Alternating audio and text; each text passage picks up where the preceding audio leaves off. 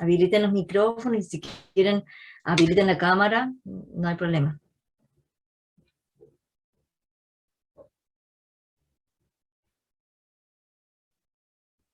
¿No vieron nada de termodinámica?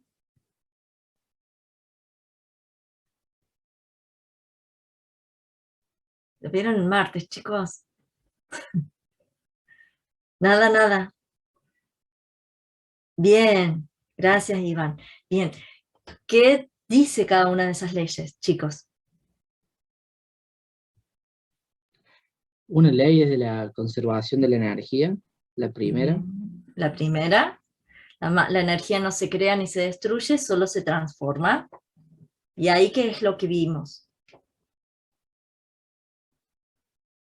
En esa parte está todo de energía interna. Bien. Trabajo, calor y la definición de entalpía. ¿Sí o no?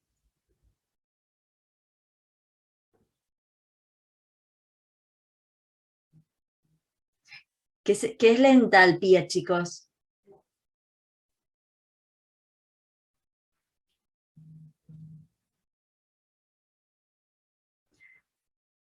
Bueno. Pueden abrir las notas que han tomado. Bueno, no pasa nada.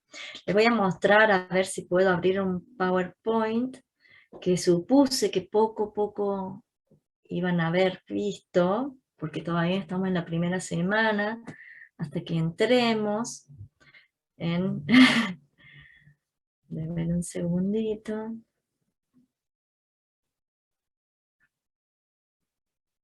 Ay, acá estamos. Bien, vamos a cerrar esto. Voy a pausar el video. Bien. Ya que somos bastante, somos 19 participantes, van 18, voy a dar así algo, perdón, algo teórico, muy así por arriba, no voy a profundizar como así van, así, porque me estaré metiendo en el campo Ivana, y en base a eso vamos a pasar a hacer algunos ejercicios. Y me gustaría separarlos en grupos dentro de este mismo Zoom, para así ustedes resuelven el ejercicio. Y luego volvemos a la sala y me presentan cómo les fue en la resolución de ejercicios. ¿Les parece? Bueno, profe. Bien. Sí, profe, perfecto. ¿Qué es la termodinámica, en realidad, para química? Termodinámica, nosotros estudiamos todo lo relacionado a los calores o a los movimientos que tienen, o determinados comportamientos que tienen las partículas. Si ustedes se fijan, química va avanzando desde menor complejidad hacia mayor complejidad. Empezamos viendo qué son los elementos, después vimos lo que eran la formación de compuestos, cómo eran los enlaces entre los distintos elementos, después se fue complejizando, empezando a ver teorías sobre cómo se comportan los gases, los líquidos, los sólidos, ¿sí? Y luego empezamos a ver soluciones. Ahora, como un paso más para aprender sobre química o para complejizar química, está termoquímica o termodinámica, ¿sí? Termodinámica química. La termodinámica lo que tiene o lo que nosotros analizamos son calores o energías asociadas con las reacciones, con la formación de un compuesto, con la disociación, con cualquier reacción que nosotros estemos formando, ¿sí?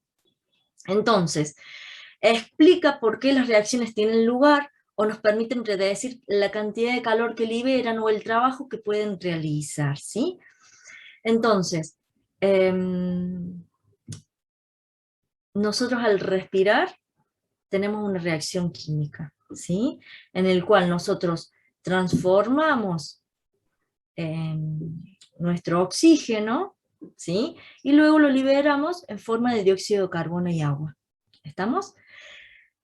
todo alrededor tiene química, pero también está relacionado el calor que involucra, y también está relacionado si es posible o no, si es factible o no, ver que una reacción se pueda llevar a cabo en determinadas condiciones. ¿Estamos?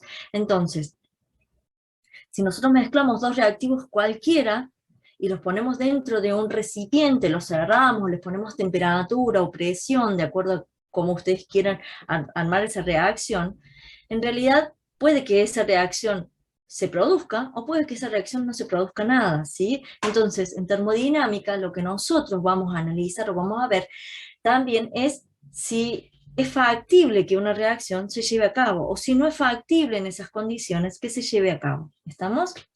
Bien. Cuando empezamos nosotros a ver lo que les mostró a ustedes Ivana, es cuando se forma una reacción o cuando se lleva a cabo una reacción, esa reacción puede liberar calor, ¿sí? Y ese calor nosotros vamos a sentir porque se empieza a poner muy caliente el recipiente donde está contenida la reacción, y se dice que esas reacciones son exotérmicas, está liberando calor. Mientras que hay otras reacciones, ¿sí?, que en realidad necesitan tomar energía del universo para poder lograr que se produzca esa reacción. Los dos ejemplos más claros y más concisos es cuando nosotros le decimos que nunca le deben de beber a un ácido ni a una base, significa que la reacción es tan exotérmica, cuando nosotros le agregamos agua a un ácido o a una base, que en realidad puede romper el recipiente o puede explotar, ¿sí? Entonces, ¿qué es lo que nosotros siempre le decimos en los laboratorios? Nunca hay que darle de beber a un ácido. ¿Cómo se hace? Sobre el agua agregamos el ácido o la base, y aún así el recipiente se calienta, ¿sí? Entonces, ese ácido, esa base, como vimos en la unidad 1, hay una disociación. Para poder disociarse en aniones y cationes, liberan mucha energía. Es totalmente exotérmica esa reacción para poder disociarse. Ahora bien, cuando nosotros tenemos una sal como el cloruro de amonio, ¿sí?, y lo vamos a colocar en agua para formar una solución, cuando tocamos el recipiente, en realidad está helado, está congelado como si lo hubiéramos sacado de la heladera, ¿sí? Entonces, ¿qué significa? Que para disolverse ese cloruro de amonio tomó calor del medio, de afuera, ¿sí? Entonces necesita calor para poder disociarse. Entonces, esas son las formas en que yo siempre generalmente les explico cómo son las reacciones exotérmicas o endotérmicas. También vimos, sí, también creo que les debe haber presentado lo que es el universo, un sistema, un entorno, ¿sí? El universo es todo el complejo, mientras que un sistema es una parte de ese universo. Entonces, que nosotros vamos a separar. Entonces, nosotros le decimos que un sistema puede ser el sistema de reacción que nosotros estamos llevando a cabo. Esto se llama Erlenmeyer, ¿sí? Esto se llama, esto se llama Beaker y esto es el Erlenmeyer, ¿sí? Y esto es un termo, el termo que ustedes conocen. El sistema es este Erlenmeyer, este Beaker, ¿estamos? Ese Beaker nosotros lo estamos analizando. El universo es todo lo que rodea a ese sistema, donde está incorporado ese sistema, ¿sí? Estos sistemas pueden ser abiertos, cerrados o aislados. Abierto es cuando tenemos el sistema, fíjense que no tiene tapa, entonces puede haber intercambio de masa y de calor con el medio ambiente, con el universo. Mientras que cuando nosotros le ponemos tapa a ese sistema, en realidad puede haber, si bien, una transferencia de calor desde el universo hacia el sistema, o del sistema hacia el universo, pero en realidad no hay transferencia de masa, ¿sí? Mientras que en un sistema aislado, es el termo, aislado significa que tiene una barrera que impide que haya transferencia de calor, y tampoco hay transferencia de masa del universo hacia el sistema, ¿sí? Y eso lo deben haber visto también con Ivana. ¿Para qué les aclaramos esto? Porque generalmente las reacciones se pueden llevar ya sea en un sistema abierto, un sistema cerrado, o un sistema aislado o adiabático. ¿Estamos? Bueno, vieron las distintas variables termodinámicas, ¿sí? Que son la presión, el volumen, la temperatura, la molaridad, ¿sí? Esas son las variables termodinámicas. Y como habíamos visto al principio, tenemos que pueden ser extensivas o intensivas, que eso no lo voy a ahora definir porque en realidad ya lo hemos visto. Bien, vamos a ver la primera ley de la termodinámica.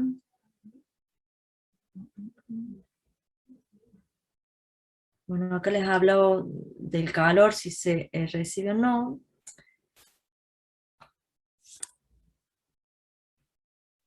Esto también lo vieron, perdonen, sino que lo tengo todo completo y no lo he separado de acuerdo a lo que quería darles hoy, que era muy poco. Acá estamos. Bien. ¿Qué dijimos que era la primera ley de la termodinámica? La primera ley de la termodinámica dice que es la conservación de la energía. La energía no se crea, se transforma, ¿sí? No se crea ni se destruye, solo se transforma. Y ahí empezamos a hablar de energías, ¿sí? Y también hablamos de las energías asociadas a las reacciones. Cuando nosotros determinamos las energías asociadas a una reacción, empezamos a hablar de lo que es la entalpía o el delta H, ¿sí? La entalpía es un calor de formación, es un calor de reacción, pero es un calor en realidad, ¿sí? En donde nosotros podemos analizar si para producirse esa reacción yo voy a tener que entregar la energía a ese sistema o ese sistema va a liberar energía. Entonces, durante muchos años, los investigadores lo que han hecho es averiguar los calores de formación, los calores de reacción de los distintos compuestos de los distintos elementos, ¿sí? Bueno, los elementos no tienen entalpía de formación. Cuando hablamos de un delta H, una variación de entalpía, es una diferencia de la entalpía final menos la entalpía inicial, o la entalpía de los productos menos la entalpía de los reactivos, ¿sí? Bien. La segunda ley de la termodinámica, déjenme buscar. No, les voy a dar la ley de Hess, porque hay ejercicios de la ley de Hess. ¿Ustedes recuerdan cuando Ivana les dio la ley de Hess? ¿O no? ¿O para qué utilizamos la ley de Hess? Sí, profe, fue lo último que vimos en la clase.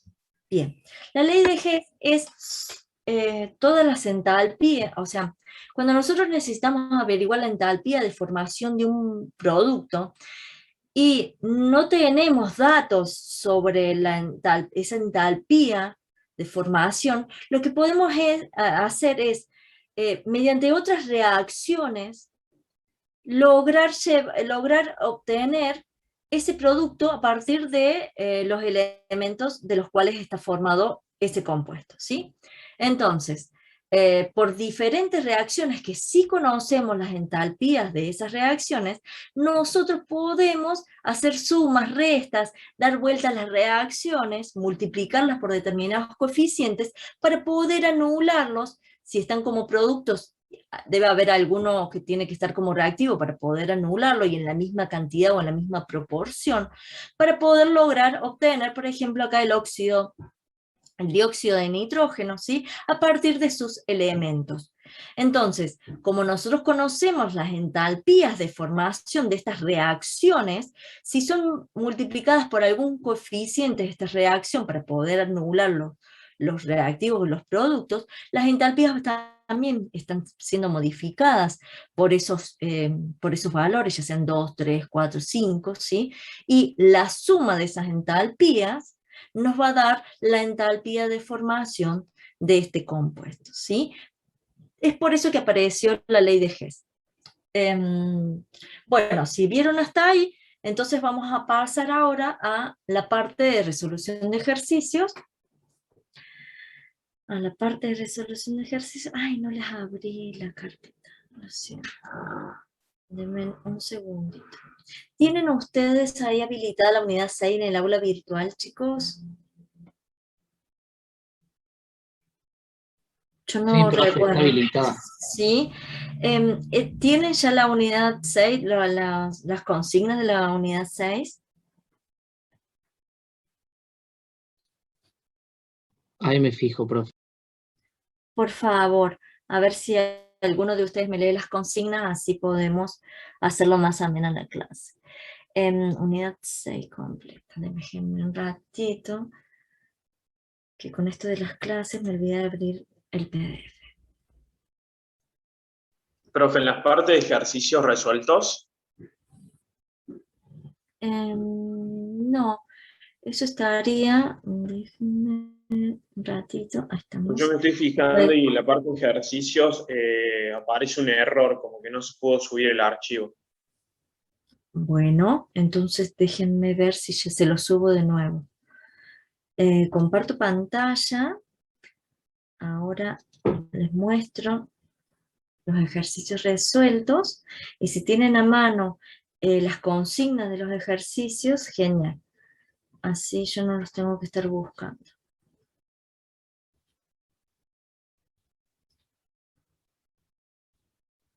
Ejercicio 1. Bueno.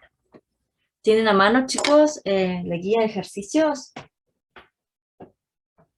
¿Alguno puede leer el primer ejercicio? Sí, profe, yo lo tengo acá. Si quiere lo leo.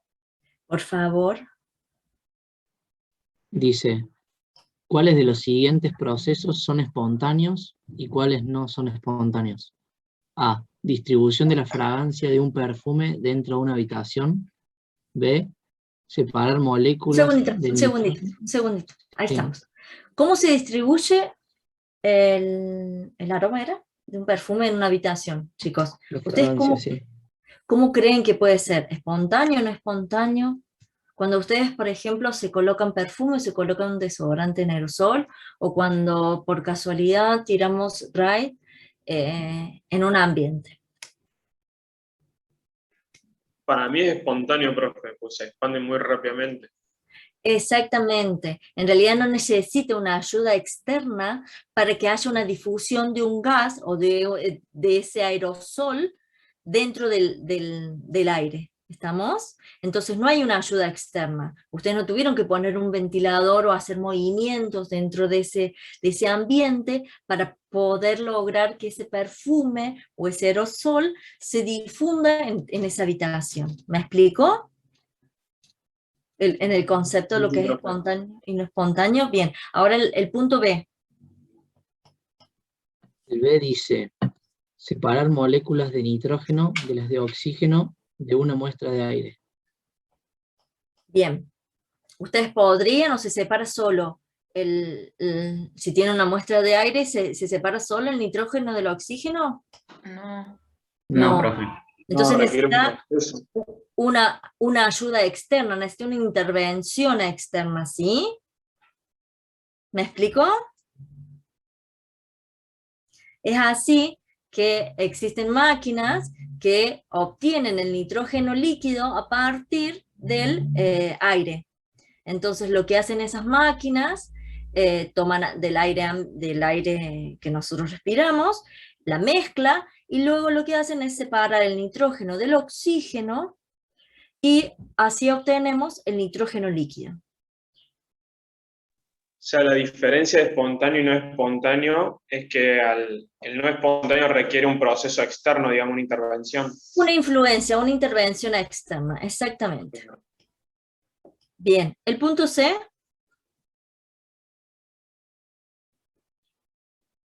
El C dice, reparación de un reloj roto. ¿Se repara solo o necesita una intervención externa? Necesita alguien que lo repare. Exactamente. ¿Sí? Y el último punto. El último, disociación de moléculas de ácido clorhídrico en agua.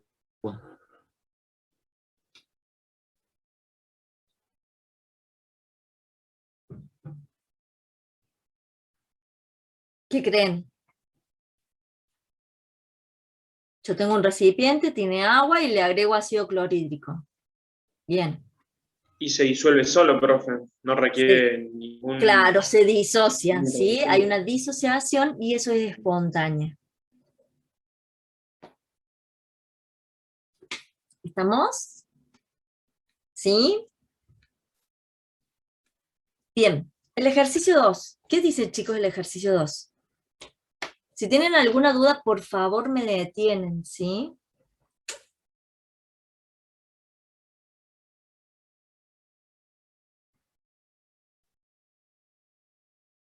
Leo el 2, profe. Por favor, se los agradezco. Dice, una persona bebe 4 vasos de agua fría a 3 grados diariamente. El volumen de cada vaso es de 250 mililitros.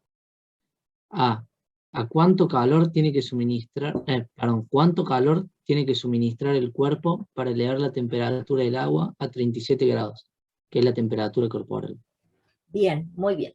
Ustedes vieron en la primera ley que los calores se pueden calcular mediante la fórmula donde tienen la masa por la capacidad calorífica de esa sustancia por el delta T, ¿sí?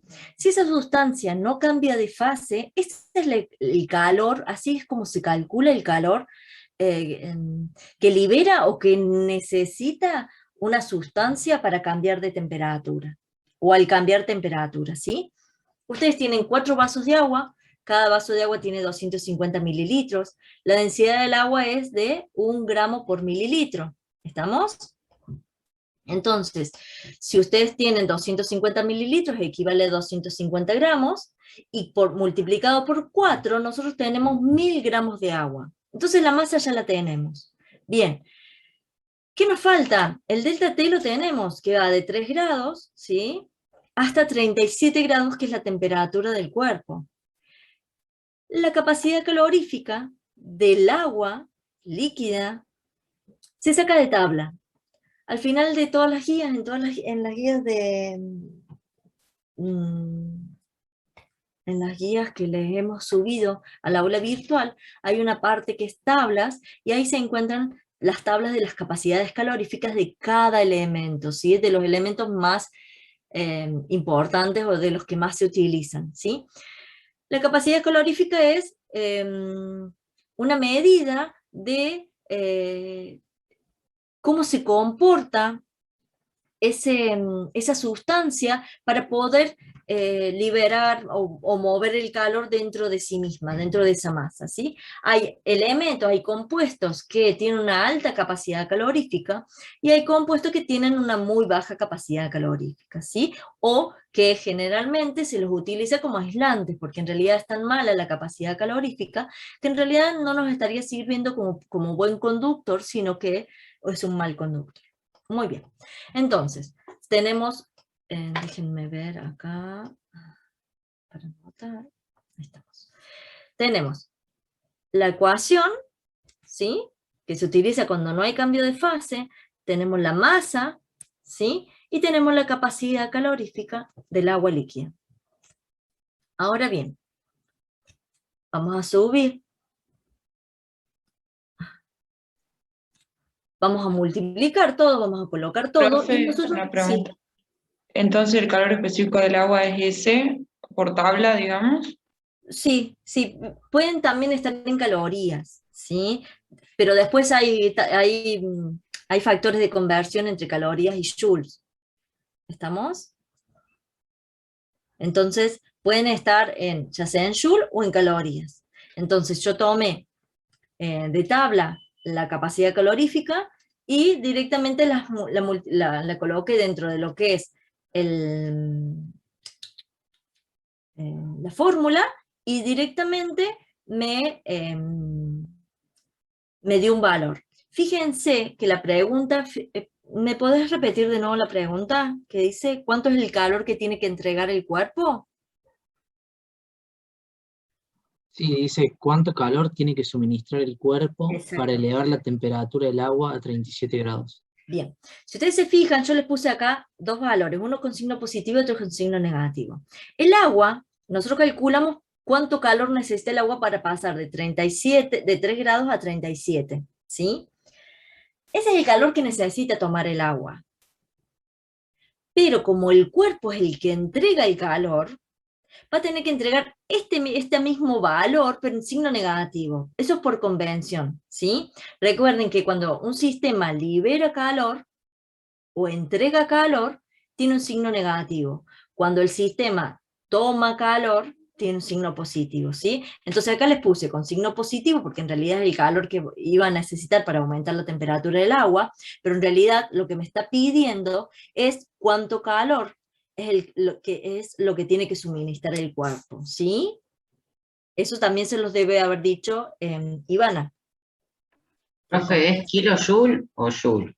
En realidad, si ustedes se fijan, acá tengo 142.324 joules, que si yo se lo paso a kilojoules es 142,3. Claro, claro. ¿Sí? Sí, profe. Bien. Y luego el punto B que dice, El B dice, ¿cuánto calor pierde el cuerpo si se ingieren 800 gramos de nieve a 0 grados? bien, ahí fíjense que tienen que calcular el calor total, pero la nieve va a cambiar de fase o no, cuando aumente la temperatura. ¿Sí? O Sí, va a cuando pasar va... Y se de agua. convierte a líquido. Exactamente. Entonces, en la parte donde nosotros tenemos cambio de fase, recuerden que las ecuaciones que se utilizan es totalmente diferente, porque en un cambio de fase no hay variación de temperatura, ¿sí? Entonces, si nosotros utilizamos esta ecuación, que sí está multiplicada por un delta T, si el delta T es cero, entonces el calor es cero, y estaríamos haciendo algo erróneo. Entonces, el calor que se necesita cuando hay cambio de fase es la masa por la entalpía de ese cambio de fase, ¿sí? O sea, acá se los dibujo, miren. Yo generalmente, cada vez que hay estos ejercicios, yo digo, dibújenlo, para así ya saben si hay cambios de fase, si no hay cambio de fase, y la cantidad de calor es la suma de todos los calores individuales que ustedes hacen, ¿sí? Entonces yo les dibujé la temperatura y el proceso, cómo avanza el proceso. Como el hielo está sólido a 0 grados, tiene que pasar de sólido a líquido.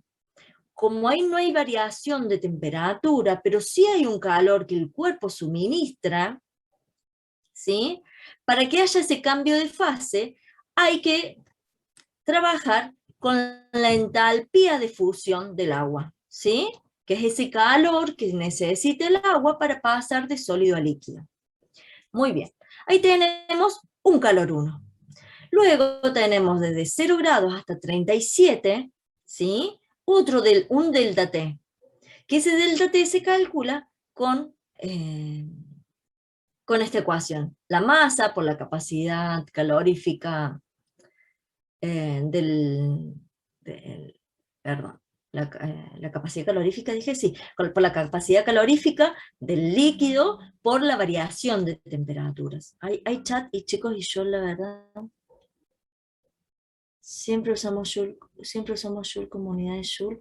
Generalmente te dan Joule, pero si no, si te llegaran a dar en calorías, hay una conversión que ahora no la sé, que ya se las no me las acuerdo de memoria la conversión, se las proveemos, así que proveemos, dice, ¿no? Sí, se las proveemos, no, dije mal, ¿no es cierto? Sí, proveyemos, así es.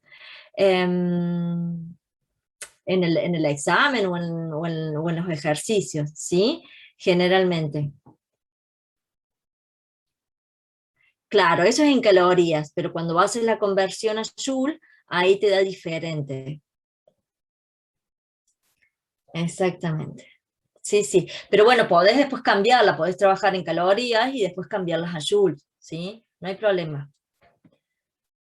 Bien. No sé si me expliqué en este proceso. En la suma de los dos calores me va a dar el calor que va a tener que entregar el cuerpo para hacer ese cambio de fase más elevar la temperatura hasta 37 grados. ¿Quedó más o menos claro? Sí, profe. Bien. Yo no entendí, Entonces, profe, de dónde salió. ¿qué es lo que no O sea, entendí? no entendí el gráfico, cómo hizo para plantearlo, nada, me Eh, perdí en el medio. Fíjense que nosotros partimos de hielo, de nieve, ¿sí? ¿Cómo está? ¿Líquida o sólida? ¿Sólido? Bien, está sólida pero a 0 grados, ¿sí? Sí, Bien. Cuando vos lo elevás a 37 grados, ¿cómo va a estar esa nieve? ¿Líquida o sólida? líquida. Bien. Entonces, ¿hay un cambio de fase? Ujú. Bien. Cuando hay cambios de fase, la temperatura no cambia, no varía, siempre es la misma. Desde que empieza a haber la temperatura de fusión del agua, que es 0 grados, ¿sí? 0 grados. A esa temperatura, la nieve empieza a pasar a líquido. Desde que empezó esos 800 gramos de nieve, de pasar de sólido a líquido, hasta el último gramito de sólido que vos tengas a líquido, es el proceso de cambio de fase. Y ahí no hay variación de temperatura. Vos le estás entregando calor al medio, ¿sí? Vos le estás entregando calor, pero no aumenta la temperatura. Hasta que todos esos gramos de sólido, de nieve sólida o agua sólida, se convierta a líquido. Una vez que tengas todo en forma líquida, recién ahí puede haber un cambio de temperatura si vos les vas entregando calor. ¿Se comprende? Entonces, hay un cambio de fase a 0 grados, porque vos ingerís la nieve a 0 grados, el calor le entrega el calor le entrega a esos 800 gramos de nieve un calor, pero está siempre a 0 grados. Cuando yo ya tengo todo líquido, esos 800 gramos de nieve líquida, recién ahí el cuerpo le va a seguir entregando calor, pero esos 800 gramos de agua van a subir de temperatura. ¿Se comprendió? ¿O te hice más lío? Más o menos. O sea, me confunde cuando me hablas de calor y temperatura. Como que uno tiende a asociarlo como que es lo mismo. No, no es lo mismo. Pero No, no, no, no. por eso. Vos cuando pones a hervir el agua, ¿sí? Pones una olla en la hornalla y prendes en la hornalla, ¿sí? ¿Qué vas a hacer ahí? La temperatura del agua va a ir desde dónde hasta dónde. Desde 25 grados, que es la temperatura ambiente, más o menos, Hasta 100. hasta que ebulle, hasta 100 Claro. grados. Bien. La temperatura cuando llega a 100 grados, ¿vos le estás entregando calor o no hay? Con el fuego vos le entregaste calor, ¿sí o no? Para pasar de Sí, 25 a 100. Vos le estás entregando un calor. sí, Bien. Cuando vos llegas a 100 grados, el agua empieza a ebullir, o sea, empieza a cambiar de estado, de líquido a gaseoso. sí. Bien. Cuando empieza a ebullir, el agua no aumenta la temperatura. Si vos querés hacerlo y hacer la experiencia, hasta que vos no tengas el última gota de agua convertida en gaseosa, la temperatura de ese sistema no cambia. Entonces ahí vos tenés un cambio de fase, sí o no. Cuando Sí, pasa de líquido a gaseoso, tenés un cambio de fase, pero la temperatura no cambia. Pero sí le estás entregando calor, ¿o no? No es por eso que se te evapora. Si vos dejás la olla hirviendo, ¿se te evapora o no el agua? sí, se evapora. Bien, pasa de líquido a gaseosa, pero la temperatura de ese agua no cambia. Es siempre 100. ¿Me Bien. explico? Sí, pero fuera así. ¿Sí? ¿Y vos le estás entregando o no calor a ese agua en el fuego, en la hornalla? ¿Cómo? O sea, vos ponés el agua a hervir. Ujú. ¿Alguna vez dejaron una pava hirviendo hasta que se quedó seca? ¿Su mamá, usted, su abuela? ¿Sí o Sí, no? te colgaste haciendo algo y quedaba un hilito de agua, ¿no? Listo. O casi Entonces todo nada. el agua pasó del líquido a gaseosa. Pero el agua dentro de ese sistema, dentro de esa pava, en realidad seguía 100 grados, pero vos tenías el fuego constantemente dándole calor a la pava. Sí, Ese es el calor que nosotros calculamos. Si bien hay cambio de fase, que nosotros estamos entregando un calor, pero no hay cambio de temperatura. El fuego está encendido, vos le estás entregando calor a esa pava, ¿sí? Cuando empezó a hervir, vos le entregas, pero la temperatura ya dentro de esa pava está a 100 grados. Hasta que la última gota de agua pase a vapor, la temperatura del agua no cambia. ¿Sí? sí, profe. Entonces, ¿cómo calculamos el calor de cambio de fase? Fíjense que acá yo me equivoqué, chicos, y acá le puse al revés los coeficientes. Puse el Q1, y no era Q1, sino que era Q2, ¿sí? Ténganlo en cuenta que ahí me equivoqué, ya lo voy a corregir. Bueno, el Q2, que sería el Q1 del gráfico, se calcula por la masa por el delta H de fusión del agua. El delta H de fusión del agua se saca de tabla. Así que en realidad, si les tomamos un examen, los valores de entalpía de fusión, de solidificación, de evaporación, de sublimación, se van a dar, ¿sí? Entonces, ustedes obteniendo el calor de fusión, o sea, el delta H de fusión del agua, multiplicado por la masa, ya tienen el calor que necesitan para ese cambio de fase. Profe, Sí, ¿y por qué el signo negativo? porque el cuerpo le está entregando calor. Fíjate que la pregunta es cuánto calor necesita entregar el cuerpo para subir la temperatura de la nieve. Ah, es como el ejercicio anterior, solo que Sí, le puso el signo al final. exactamente. Les puse, claro, acá se los puse antes. Más o menos, ¿sí? Bien. Profe, a mí me confunde por ahí cuando usas la entalpía del hielo o del agua. Acá utilizamos, cuando hay cambio de fase, fíjate que pasamos de sólido a líquido. Ahí usas el calor de fusión, la entalpía. Cuando hay cambio de fase, si pasamos de sólido a líquido, es entalpía de fusión. Si pasamos de líquido a vapor, es entalpía de vaporización. Ah, listo, gracias. ¿Sí? Y si pasamos de sólido a gaseoso, es entalpía de sublimación. Entonces ustedes van a analizar desde dónde a dónde vamos yendo, ¿sí? Acá porque es como si ustedes estuvieran comiendo helado. El helado pasa de ser sólido a líquido, ¿sí? Pero bueno, acá les dice nieve porque en realidad tenemos las entalpías del agua, o los calores del agua, no tenemos otros calores. Bien.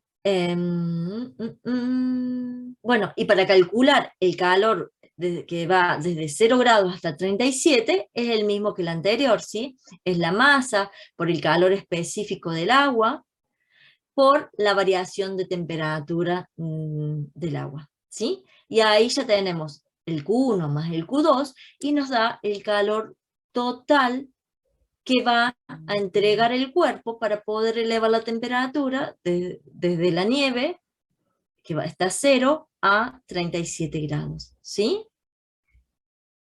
¿Se comprendió o les hice mucho lío?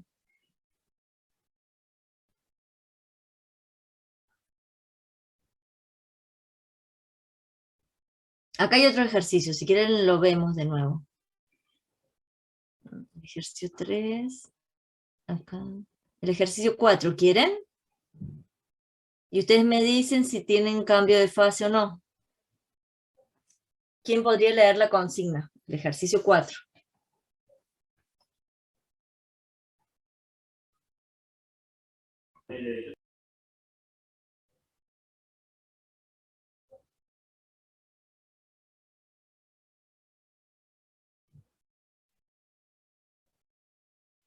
Yo lo leo, pero si quieren, no hay problema.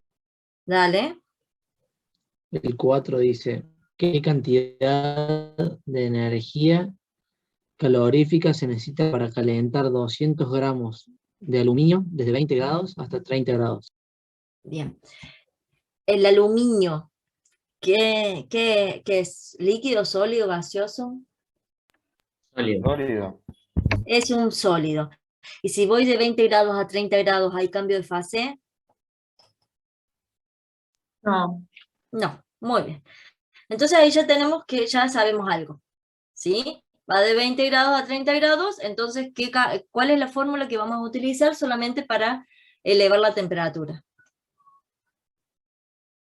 Está ahí, lo tienen en la pantalla, chicos, ¿eh?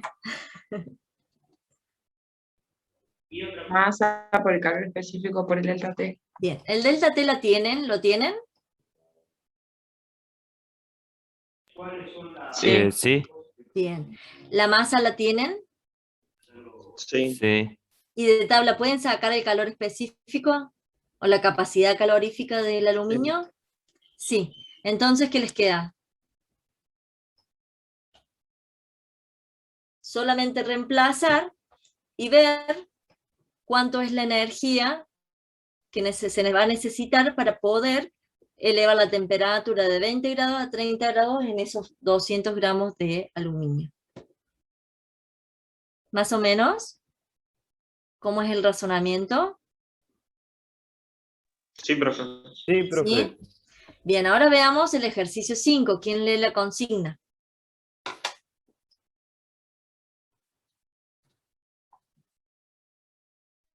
O sea, profe, la fórmula de entalpía solamente la usamos cuando hay un cambio de fase. Claro, Digamos, como solamente. no hay un delta T. Exactamente. Gracias.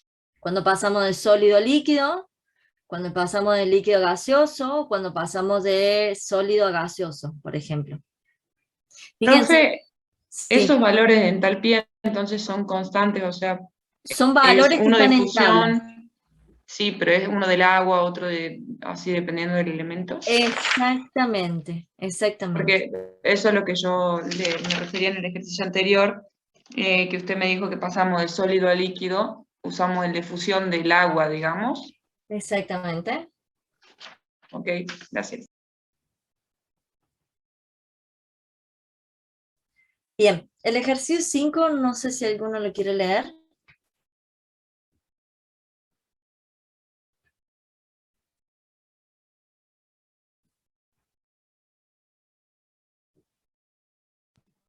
Ahí la leo yo, profe, al 5. El 5 dice, ¿cuánta energía se libera cuando se enfrían 50 gramos de PBE desde 150 grados a 50 grados? Si su capacidad calorífica molar promedio en este intervalo de temperatura es 6,42 calorías por mol por grado centígrado. Bien, entonces PB es plomo. ¿El plomo es líquido o gaseoso? ¿O sólido? Sólido. Es un metal de transición y es sólido. Iría de 150 grados a 50 grados. ¿Hay cambio de fase? No. Bien. Entonces, solamente tendríamos que hacer el cálculo cuando hay una variación de temperatura, sin cambio de fase. Ya les da a ustedes la capacidad calorífica, les da la temperatura inicial y final, y les da la masa, ¿sí? Entonces, con eso calculan la capacidad calorífica, ¿sí? Pero fíjense que la capacidad calorífica se la está dando en mol por grados centígrados. Entonces nosotros no podemos trabajar en masa, sino que ¿en qué tenemos que trabajar? Moles. Mole. Moles, ¿sí? Por eso son tan importantes el uso de las unidades, para que ustedes no mezclen peras con manzanas a la hora de resolver el ejercicio. ¿Me explicó? Sí, profe. Bien. Profe, o sea, la constante ya estaba con mol, tenía el mol en... Sí, en su- si ustedes se fijan en la consigna, el que leyó tu compañero te dice que la capacidad calorífica, el calor específico, es 6,42 calorías sobre mol grados centígrados. Entonces, ¿podés usar gramos? Claro, esa era mi pregunta. O sea, si lo tenemos en grano, en grano, escúchame, en gramos a uno de los datos, habría que pasarlo a mol. Exactamente. Lo pasas a bien. mol a los gramos de plomo, ¿sí? Entonces, una vez que vos los pasas a mol, ahí tenés que hacer el cálculo del calor. ¿Me explicó? Sí, sí, profe. Bien, y recuerden que es temperatura final menos temperatura inicial. La temperatura final es 50 grados y la temperatura inicial, son 150 grados. ¿Estamos? Entonces ahí ya les queda directamente el valor negativo porque va a perder ese calor. Recuerden que los cuerpos que poseen mayor temperatura son los que van a liberar el calor hacia el medio, ¿sí? No es que se va a autocalentar solo, ¿sí? Sino que el cuerpo más caliente va a liberar calor al medio hasta igualar las temperaturas, ¿sí? Bueno. Y acá en el ejercicio 6. El ejercicio 6, si alguno lo quiere leer, y es el último que vamos a hacer, y hoy ya no los voy a abrumar mucho, pero me gustaría que hagan la mayor cantidad, de ejercicios, ustedes, ¿sí? Si alguno tiene la consigna.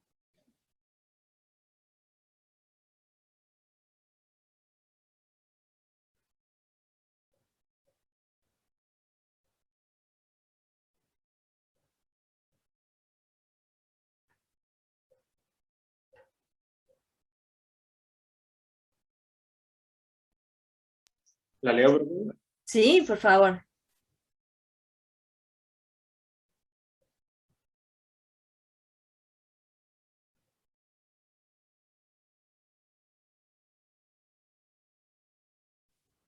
Bien, fíjense que ahí les he dado que tenían hielo a menos 10 grados. ¿Qué pasa con ese hielo y hasta qué temperatura tiene que ir? 50. Primero de menos 10 a 0 tiene que ir. Entonces, ¿va a haber cambio de fase o no de ese menos 10 grados hasta 50? Sí. Sí, ¿Y a qué temperatura es el cambio de fase del hielo? a los menos 3 puede 0 ser. grados. 0 grados. Bien, entonces, cuando nosotros dibujamos, vamos de menos 10 grados hasta 0 grados, ahí hay una determinada cantidad de calor que le tenemos que entregar, ¿sí? Luego, en 0 grados, ¿qué pasa? Se convierte en agua. Exactamente, hay un cambio de fase en 0 grados, ¿sí? Ahí va a haber un calor relacionado al cambio de fase. Y luego, desde 0 grados hasta 50, ¿qué pasa? Aumenta la temperatura sin haber un cambio de fase. Exactamente. Entonces, ¿cuál es la cantidad total de calor que ustedes necesitan calcular? La suma La suma de de los tres fases, los digamos. tres, exactamente. Pero ahora hay una complejidad más, que es el Q1. ¿Qué calor específico nosotros utilizamos? ¿El del hielo, el del agua líquida o el del agua gaseosa? De solidificación. Utilizamos el calor específico del hielo, ¿sí? Porque el agua, al estar en 3 estados, tiene distintas capacidades caloríficas dependiendo si es sólido, si es líquido o si es vapor. ¿Sí? Entonces, el Q1, en realidad, nosotros utilizamos el calor específico, la capacidad calorífica del hielo. En el Q2, utilizamos, cuando hay cambio de fase, el ΔH, que es la entalpía de fusión. Y en el punto 3, utilizamos el calor específico del agua líquida. Profe, entonces hay dos cambios de fase. No, hay uno. Me pierdo en el gráfico, la verdad. Acá. Chicos, hay un solo cambio de fase, que es cuando está el llano. Esto está horizontal. Es Ese es el cuando cambio de pasa de fase. sólido a líquido nomás. Porque, Claro. digamos, si hubiera otro cambio de fase sería cuando llega a Claro. 100 grados. Sí. Tenemos acá, fíjense que esto, había un aumento de temperatura que va de menos 10 a 0. Y acá va de 0 a 50. Son dos cambios de temperatura. Pero acá no cambia la temperatura. ¿sí? Sí, profe. Entonces, acá que es sólido, utilizamos la capacidad, el calor específico del sólido. Acá utilizamos el delta H de fusión, y acá utilizamos el calor específico del líquido, del agua líquida. Y si hubiera un cambio de fase, acá estaría llano, sería 100 grados, estaría llano, y tenemos que utilizar el delta H de vaporización. Y si hubiera un calentamiento posterior a ese gas, entonces va a haber una subida de temperatura, y va a haber un calor con una capacidad calorífica del gas. ¿Me explico? Pero bueno, esto lo tienen que resolver ustedes para que más o menos puedan darse cuenta de cómo graficar. Tal vez no esté bien hecho gráfico. Yo no sé si ustedes saben interpretar gráficos. Si ustedes se fijan, yo acá grafiqué temperatura en función de cómo iría más o menos evolucionando el proceso, ¿sí? Entonces, si acá yo tengo que va desde acá hasta acá, ¿hay aumento en la temperatura en esta Sí. recta? Sí. En esta recta, que yo la tengo llana, por más que haya un avance en el proceso, en esta parte de acá, yo avanzo, pero ¿cambia la temperatura en este avance? No, No, Perfecto. no, no. Pero a partir de acá, si yo avanzo en el proceso sobre esta línea, ¿hay un cambio en la temperatura? ahí sí, profe. Sí. Sí. Por eso siempre digo que por ahí está bueno que aprendamos a dibujar estos procesos para saber cuántos calores yo tengo que calcular. No sé si les parece o no les parece cómodo, pero me parece que está bueno, que visualmente es más rápido para... Los gráficos generalmente son más rápidos de analizar que números, ¿sí? Por lo que me da la experiencia, ¿no?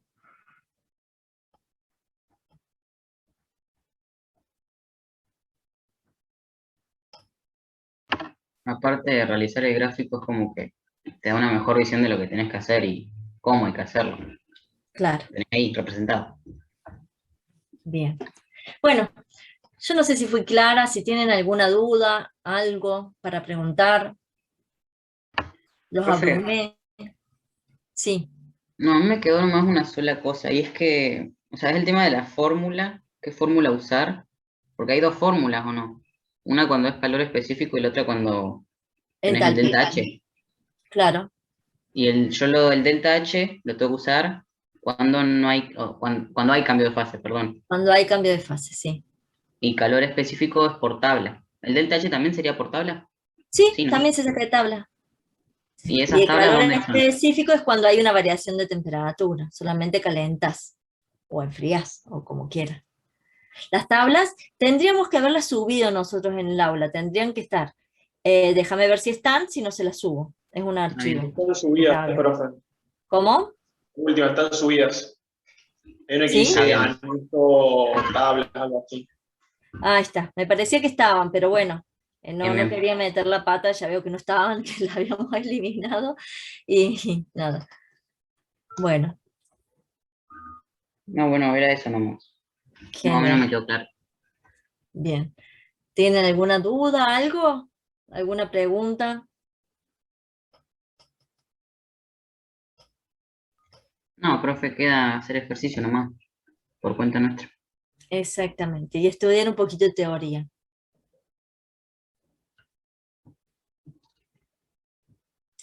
Bueno, entonces, si no hay más,